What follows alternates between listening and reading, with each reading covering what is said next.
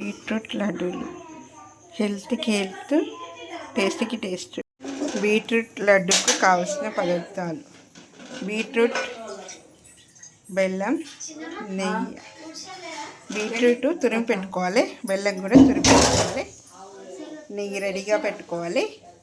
Stove on చేసి కడాయి పెట్టుకోవాలి. కడాయిలో కొద్దిగా నెయ్యి పోసుకోవాలి. నెయ్యి వేయగానే బీట్రూట్ తురుము వేసుకోవాలి.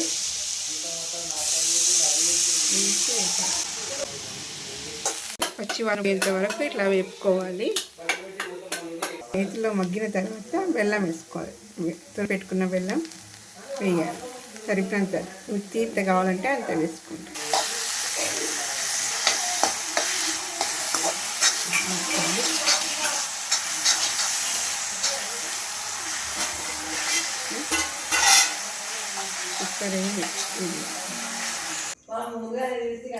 ఫోకస్.